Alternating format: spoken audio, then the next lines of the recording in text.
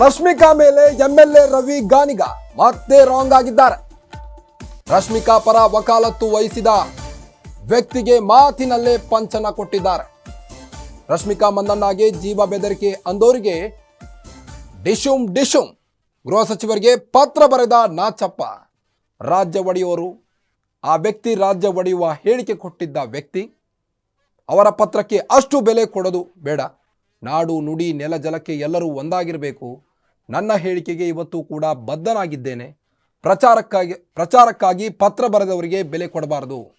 ರಶ್ಮಿಕಾ ರಗಳಿಗೆ ಶಾಸಕ ರವಿ ಗಾನಿಗ ಮತ್ತೆ ಗುಡುಗಿದ್ದಾರೆ. ಯಾರಾದರೂ ಒಬ್ಬ ಜವಾಬ್ದಾರಿಯುತ ವ್ಯಕ್ತಿ ಮಾತಾಡಿದರೆ ಅದಕ್ಕೆ ಮನ್ನಣೆ ಕೊಡ್ಬೋದಾಗಿತ್ತು.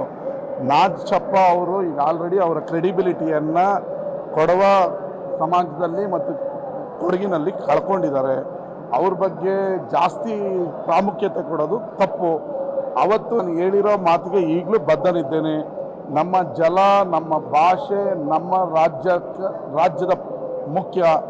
ನಮ್ಮ ವೈಯಕ್ತಿಕ ಹಿತಾಸಕ್ತಿ ಅಲ್ಲ, ರಾಜ್ಯ ಮತ್ತು ದೇಶ ಬಂದಂಥ ಸಂದರ್ಭದಲ್ಲಿ ರಶ್ಮಿಕಾ ಮಂದಣ್ಣವ್ರನ್ನ ಕಳೆದ ಬಾರಿಯ ಅಂತಾರಾಷ್ಟ್ರೀಯ ಚಲನಚಿತ್ರೋತ್ಸವಕ್ಕೆ ನಮ್ಮ ಸರ್ಕಾರದ ವತಿಯಿಂದ ಕರೆದಾಗ ಅವರು ರೆಫ್ಯೂಸ್ ಮಾಡಿರೋದು, ಕನ್ನಡಕ್ಕೆ ಅವರು ಹಲವಾರು ವೇದಿಕೆಗಳಲ್ಲಿ ಕರ್ನಾಟಕದ ಬಗ್ಗೆ ಅವಮಾನಕಾರಿಯಾಗಿ ಮಾತನಾಡಿರೋದನ್ನ ಇವತ್ತೂ ಖಂಡಿಸ್ತೇನೆ.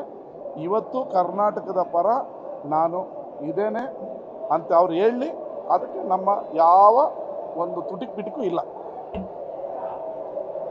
ಓಕೆನಾ ಸರ್? ಅಂದರೆ ನೀವು ಮಾತಾಡಿದ ನಂತರ ಜೀವ ಅವರಿಗೆ ಥ್ರೆಟ್ ಇದೆ ಅನ್ನುವ ಥರದಲ್ಲಿ ಯಾಕೆ ಅಂತ ಪ್ರಚಾರಕ್ಕೋಸ್ಕರ ನಾಚಪ್ಪ ಲೆಟ್ರ್ಗಳು ಬರೆದಿರ್ಬೋದು. ಅದಕ್ಕೆಲ್ಲ ಉತ್ತರ ಕೊಟ್ಕೊಂಡು ಹೋಗೋಕ್ಕೆ ಸಮಯ ಇಲ್ಲ. ಕೆಲವರು ಪ್ರಚಾರಕ್ಕೋಸ್ಕರ ಕೆಲವೊಮ್ಮೆ ಈ ರೀತಿ ಎಲ್ಲ ಮಾತಾಡ್ತಾರೆ. ಅದಕ್ಕೆ ಜಾಸ್ತಿ ಮನ್ನಣೆ ಕೊಡುವಂಥ ಅವಶ್ಯಕತೆ ಇಲ್ಲ.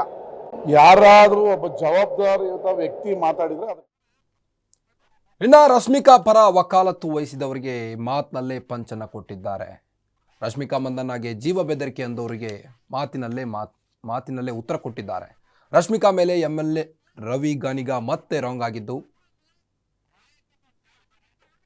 ರಶ್ಮಿಕಾ ಪರ ವಕಾಲತ್ತು ವಹಿಸಿದವರಿಗೆ ತಕ್ಕ ಉತ್ತರವನ್ನು ಕೊಟ್ಟಿದ್ದಾರೆ.